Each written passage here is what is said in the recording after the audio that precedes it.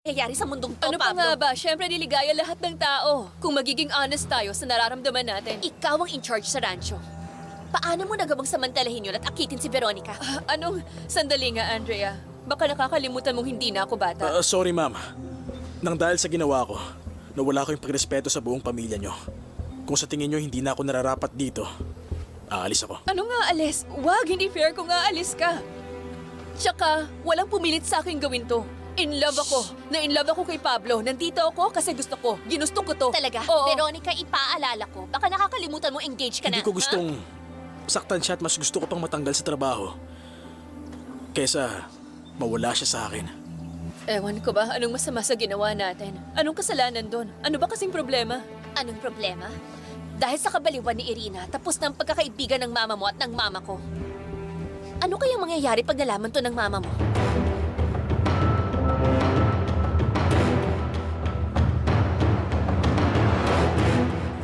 Maniwala man kayo sa akin o hindi, pakiramdam ko safe ako sa piling ni Arturo, Mama. Sinabi ko nang mahal ko siya at siya ang ama ng anak ko. Yang baby mo, namuntik na mawala sa'yo dahil sumakay ka sa truck na wala sa kondisyon at sobrang luma na. At kung totoong murder attempt yung nangyari sa inyo, ano ba ang malay natin? Baka mamaya kung kani-kanino siya nakikipag-deal dyan sa tabi-tabi. Para alam nyo, mababait at masisipag yung mga tao rito, Mama. Hindi tukutan ng mga kriminal. Merong gumawa nun sa truck ni Arturo. Sigurado kung si Leonardo yon. Bakit mo pinag-iisipan si Leonardo ng ganyan? Totoo yon, Mama. Mula nung malaman niyang buntis ako, lagi niya akong pinagbabantaan. Ako, ang baby ko at ang ama ng bata. Hindi totoo yan. Dahil sa ginawa mong kasalanan sa kanya, hirap na hirap si Leonardo. Pero kahit na ganon, tinulungan niya pa rin ako nung nangangailangan ako ng tulong. Kaya niyo ba siya ginawang director ng rancho? Sofia, intindihin mo ko, kami na lang ni Andrea. Kailangan namin ng lalaki na magmamanage ng rancho. Yun ang posisyon ni Papa nung buhay pa siya. Insulto sa akin siya ang ipinalit mo. I'm sorry, Sofia. Pero hindi ko na pwedeng bawiin yung desisyong ginawa ko. Kung ganun, wala na tayong dapat pag-usapan, Mama. Sofia, please naman. Para sa ikabubuti ng apo ko, makinig Ayoko, ka. tama na, Mama. Kung gusto niyong makabalik pa kayo ulit dito, kung gusto niyo pa akong bumalik o umuwi ng bahay, ang pinakaunang dapat niyong gawin ay palayasin doon si Leonardo. Okay? At isa pa, sana i-consider mong parte na ng pamilya natin, si Arturo. Pamilya ko siya. I'm sorry, Sofia. Pero hindi yun mangyayari. Umaasa akong sana hindi mo to pagsisihan.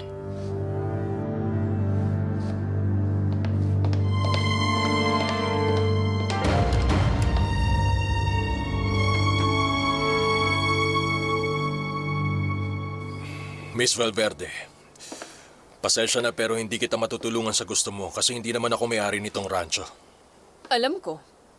Pero alam ko mataas ang tingin sa'yo ni Beatrice at makikinig siya sa'yo. Hindi ako nagmamanipula ng tao. Lalo na kung malaki ang tiwala sa akin. Hindi ko sinasabing manipulahin mo siya.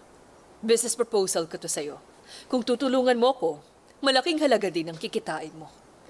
Ibibigay ko sa'yo ang 10% ng selling price nito. Sinasayang mo lang ang oras mo, ma'am. Hindi ako mukhang pera. Well, pag-isipan mo lang kung gusto mo. Lumaki si Sofia del Junco na maraming pera at sanay sa maluhong buhay. Ang dami mong alam tungkol sa akin. Hindi naghahanap si Sofia at masaya siya sa akin. Ang laki nang nawala sa kanya nung tinalikuran niya lahat para sa'yo.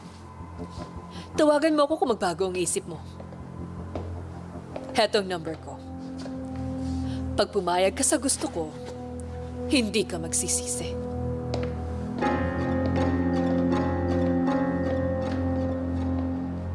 Tapusin nyo na ang kalokohang to ngayon din.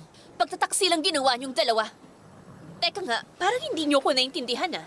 Sorry talaga, Mama Andrea. Pero mula nung nagtrabaho ako rito, alam ko kung saan ako lulugar. Yung nararamdaman ko sa kanya. Totoo yun, ma'am. Kahit kailan hindi siya mapapasayo, Pablo. Ikakasal na siya sa boyfriend niya. Andrea, buhay ko to, kaya problema ko to. Hindi ko kayang pigilan ang nararamdaman ko. Hindi ko kaya. Kaya please, huwag ka nalang makialam. Malalagot siya ng dahil sa'yo. pwede siyang paalisin sa radyo, Veronica. Ano?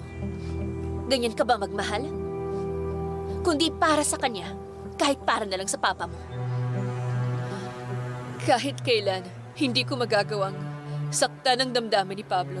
At alam mo, Andrea, kung nandito lang si Papa ngayon, sigurado ako, maintindihan niya ang nararamdaman ko kay Pablo.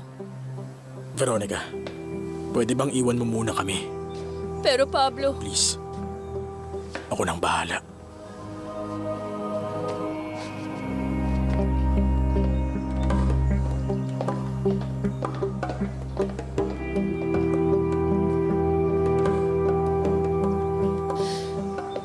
Hindi ko akalaing mahuhulog ang loob mo sa kanya, Pablo. Ginagawa ko to para sa'yo. Anong para sa akin? Siya ang para sa akin. Kahit na hindi na kami pwede. Kagaya ng nararamdaman yung dalawa ni Samuel.